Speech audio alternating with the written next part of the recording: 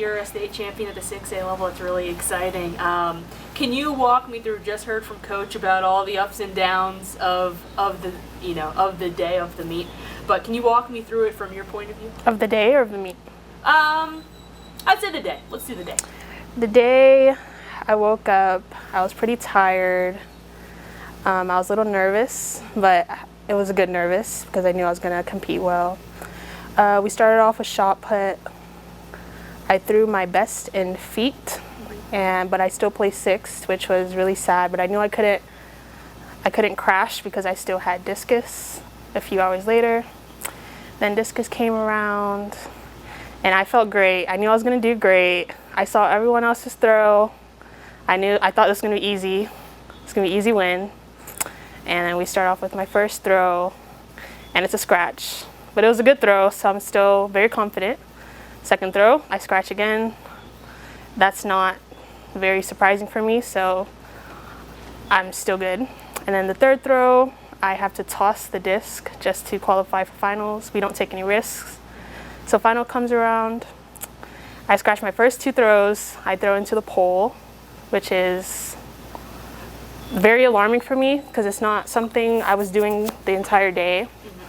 And then my third throw came around, and I was a little nervous, but I was also very confident in my training and with my coaches. Like I know how to throw a disc, and it only takes one, and I only needed just one, and then that's how it happened. Yeah, so I saw a video of the disc. It was veering right, and then you snuck it in. What was your reaction in that moment of, you're seeing it go one way, but it ends up being a positive result for you? So whenever I let go of the disc, because I was already throwing right, I let go of the disc. It was going out. I was like, oh my goodness, I can't do anything now. Like I saw it going out, and at the last moment it went in. I was very relieved, and also there was no wind. So I was really just thanking God, because I was talking to God the whole time. I was like, oh my goodness, like this is actually crazy. And then I walked out the ring immediately. So there was no scratches, no nothing. I was secured. How did it feel to be up on the podium in the top spot? I felt very grateful, and I also felt relieved because I knew I could do it. It's a goal I had since the very beginning of the year. So I felt relieved, and I also felt like, wow, this is really here. It's really happened. This is what we wanted for so long, and now it's finally here. What does some of that training look like to get you to this point? A lot of rotations, tons and tons of rotating, high quantity of throwing. We throw a lot, especially on Mondays. We lift in weight room. Also, I keep my carbs up, and I eat a lot throughout the week. You're a senior, right? Yes. And so when you look back on, your legacy track career, what are some? This is obviously a highlight. What are some other things that you think about when you're looking back on it? I know it's only been a weekend since it's been over, but how have you looked back on it so far? Well, I actually started at Millen High. And track was always my second sport. My first sport was basketball. It's my love. And then I moved to Legacy. I started off playing basketball. And then, I didn't have a great season at Millen High, so I was honestly going to quit. And then I met up with Coach Mal one day in the neighborhood, and he kind of just changed my mindset. And then I came to practice, and then it kind of just went from there. But throughout the seasons here, I didn't think I would come this far. It's not even something I had planned. I thought I was going to end up going to school here and I guess living here until I graduated college, but this has really opened a lot of doors for me. How did you get introduced to throwing?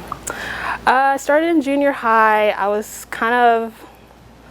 always tall and I was always bigger, so I guess bigger means you throw.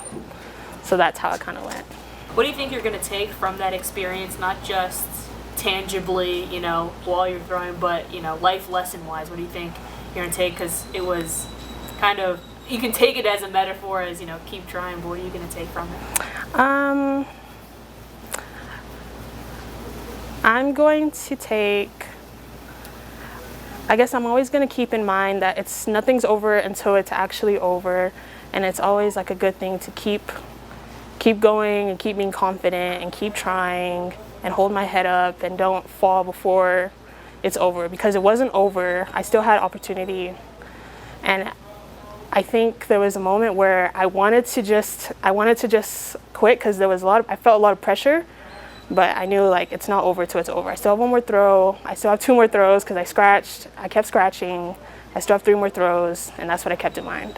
What did it mean to you to have your coaches along there with you, as you accomplish this amazing feat? To have my coaches there meant that I had like support and someone I knew there, some like familiarity. And so I think having coach there, like, it really helped me keep my head on straight, so I wasn't like freaking out and like going crazy. Is there anything else that you would like to add that I did not ask you as you have the floor and the camera here? I guess I want to thank my coach. I want to thank my coach because he's honestly really been there for me. He's believed in me the whole entire time, even at moments when I didn't believe in myself. He's really helped me in ways that I can't even say, and I'm so incredibly grateful.